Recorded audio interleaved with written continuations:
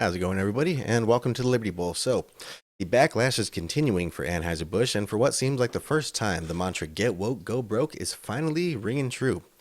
As I'm sure you're all aware, Bud Light over the past few weeks has been the target of a boycott over partnering over the TikTok tranny known as Dylan Mulvaney, insulting their overwhelmingly conservative consumer base and effectively becoming the first corporate casualty from the right in the culture war against the woke mind disease that threatens to tear apart the very fabric of our nation. All right, so we're going to go ahead and talk about my thoughts on the whole boycotting of Bud Light, the whole Dylan Mulvaney fucking movement, the whole ESG fucking everything going on with all that bullshit right now. But as always, before we get into that, put your beers down, raise up your bongs, because we're going to get into this.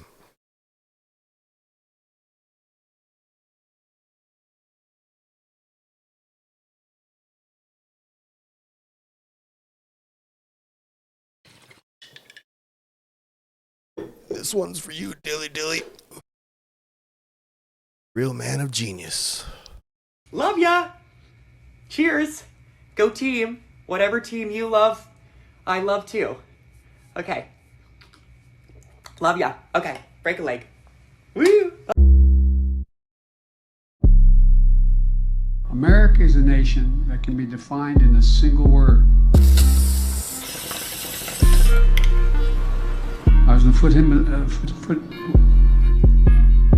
We're losing our democracy! More inflation. What a stupid son of a bitch. Wake up! Before we get into that, let's get into this.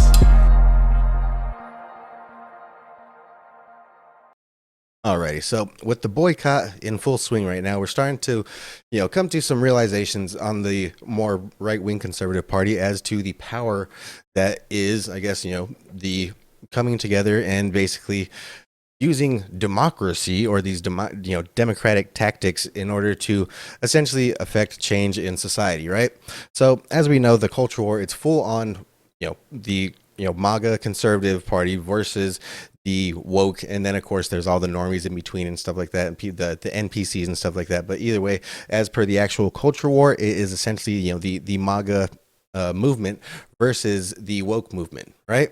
So what is causing all of these companies to go woke? The Anheuser-Busch, I mean, even down to the point where during Pride Month, even NASCAR, notoriously conservative, chew spit in NASCAR, even is toting the rainbow flag on their logo, right? So obviously, if you're any bit cued into what the whole is going on in the whole political sphere, it is through this ESG, which stands for environmental, social, and governance, right? And it's basically the way that the Marxists are basically using capitalism to undermine capitalism, right? So essentially, it's all these BlackRock's, Vanguard, all these huge index firms that basically take up all of your retirement money, all of your 401ks, things like that, and basically they go ahead and choose how to invest your money for you, right? And so the way that they choose to invest your money for you, again, it's the way that they use capitalism to undermine capitalism, is by basically pushing these woke agendas, right? Pushing agendas that basically they set aside more finance for these companies that adhere to these certain dictatorial environmental, social, and governance scores between from these finance companies, right? So essentially what ESG is doing is basically, if a company wants any sort of financing from these major investment firms, they need to basically toe the line and basically do what their major investors ask of them, right? Their major investors being people like BlackRock and Vanguard. It forces them to basically push their agenda, which their agenda is essentially they like the Chinese model, where basically the people in power have absolute and total control over the lives and aspects of essentially the livestock or the people, right?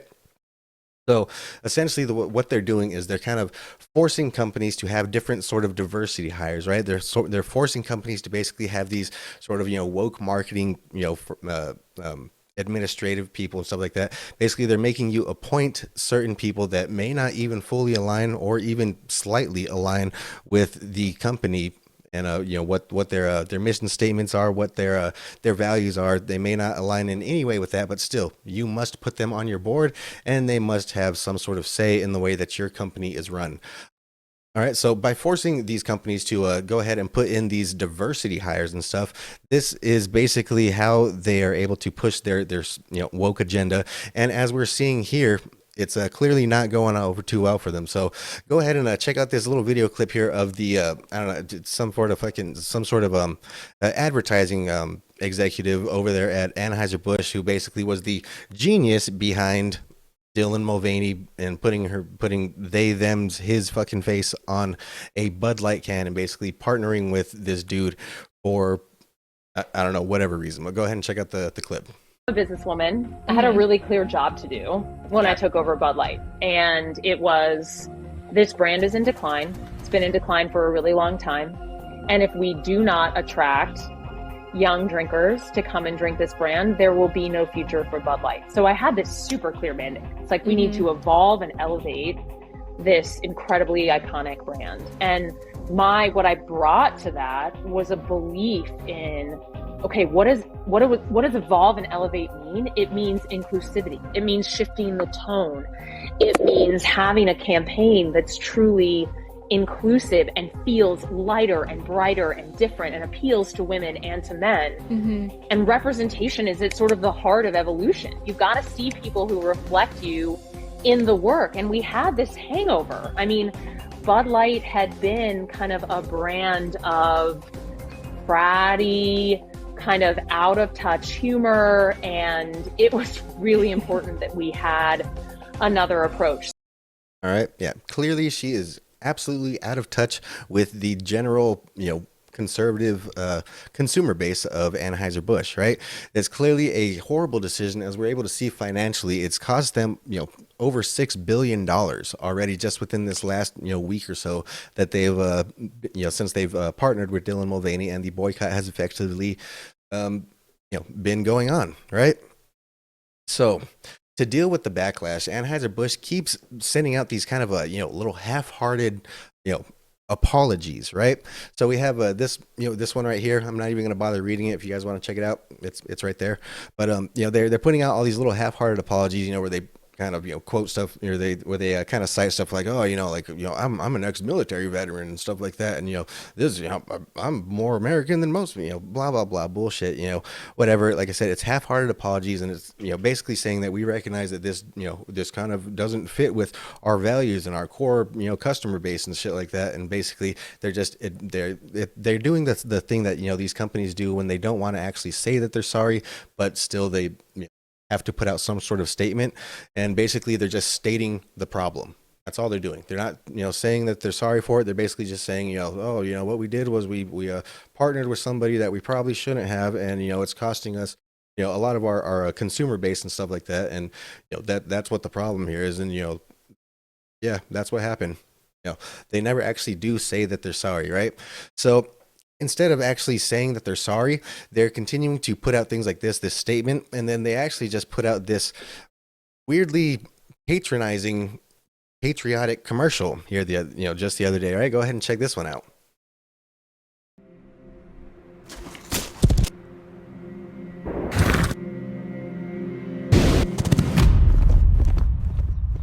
Let me tell you a story about a beer rooted in the heart of America, found in a community where a handshake is a sure contract, brewed for those who found opportunity in challenge and hope in tomorrow, raised by generations, willing to sip, share, risk, remember. This is a story bigger than beer. This is the story of the American spirit. All right, so Donald Trump Jr. has actually been getting a bit of backlash lately because pretty early on into this whole boycott, he's pretty much been calling for an end to it.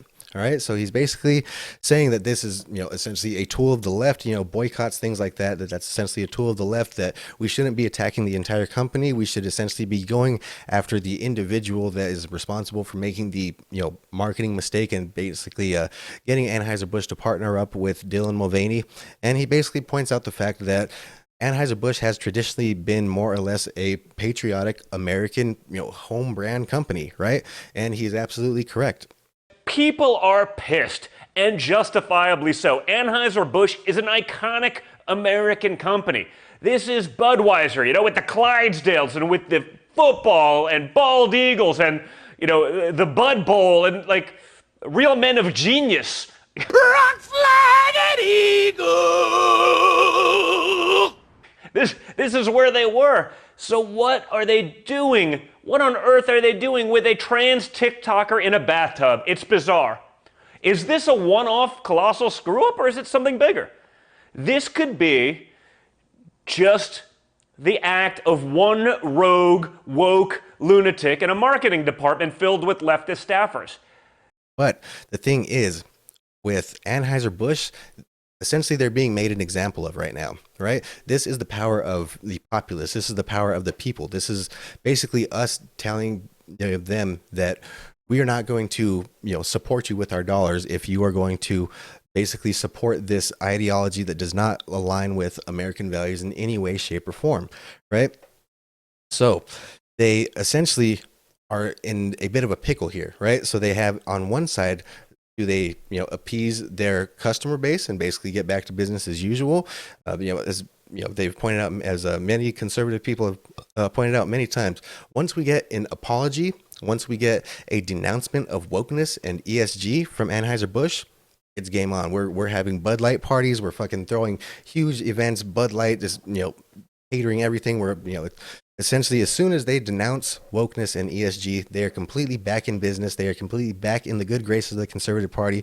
And the reason for that is because they basically would be a trendsetter. They would basically be the first company, the first major company that, is basically publicly traded, that would be the first people to denounce this whole woke agenda.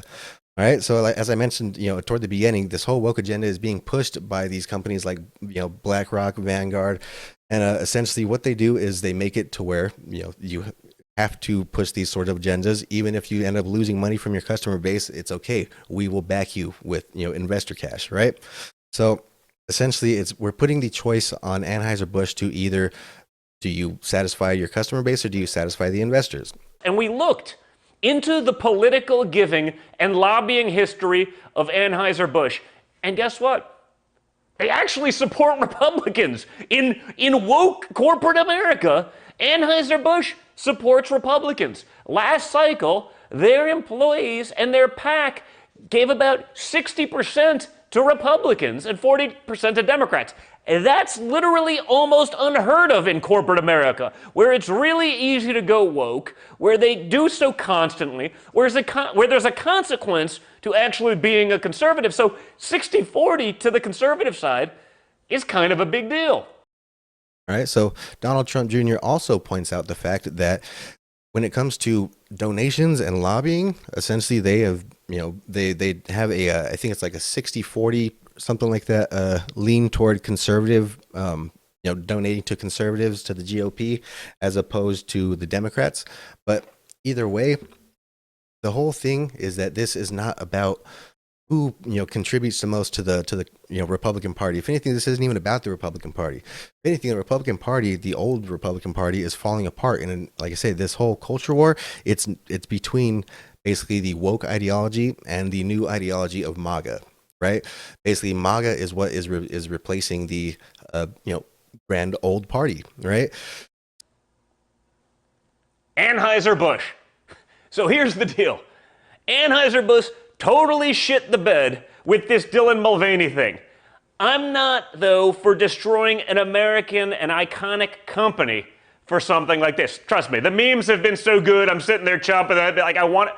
But like when I actually look into it, I'm not going to blame the whole company for the inaction or the stupidity of someone in a marketing campaign that got woke as hell.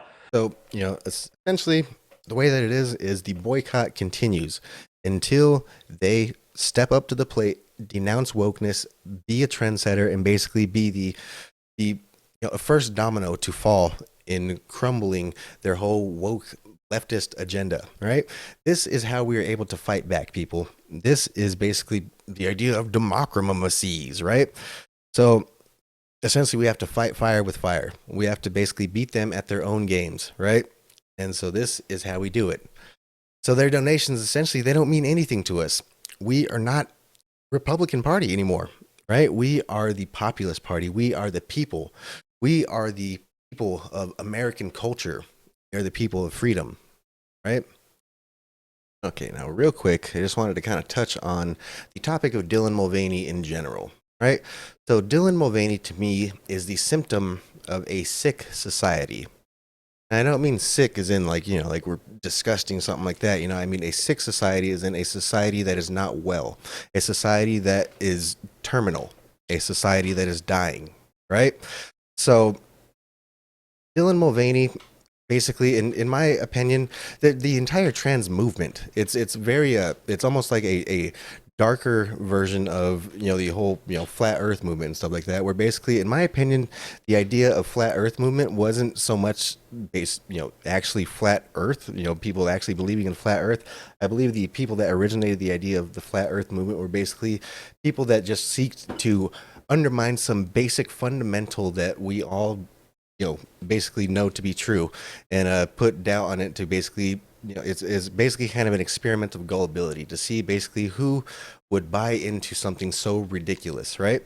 So it essentially opened up the way for what and many of us are starting to view as a sort of a eugenics movement, right? To where basically they're targeting these people that aren't of a fully developed mind, aka children, and people that are basically of a a developmentally disabled mind, right? Basically people with autism, stuff like that. And they're basically indoctrinating them into this, again, basic fundamental thing that everybody knows, down to children. They're aware of the fact that boys have a penis, girls have a vagina.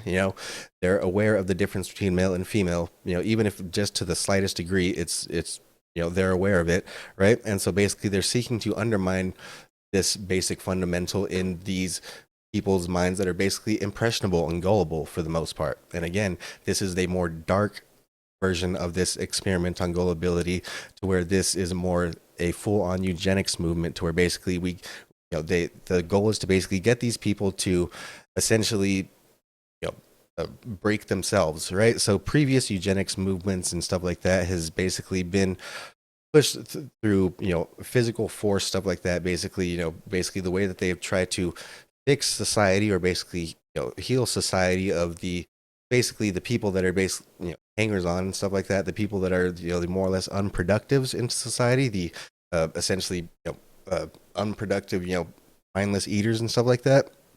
The way that that has been traditionally tried to get rid of them was through force, right? So essentially the new subtle way to essentially exterminate this section of the population is to convince them to kill themselves, right?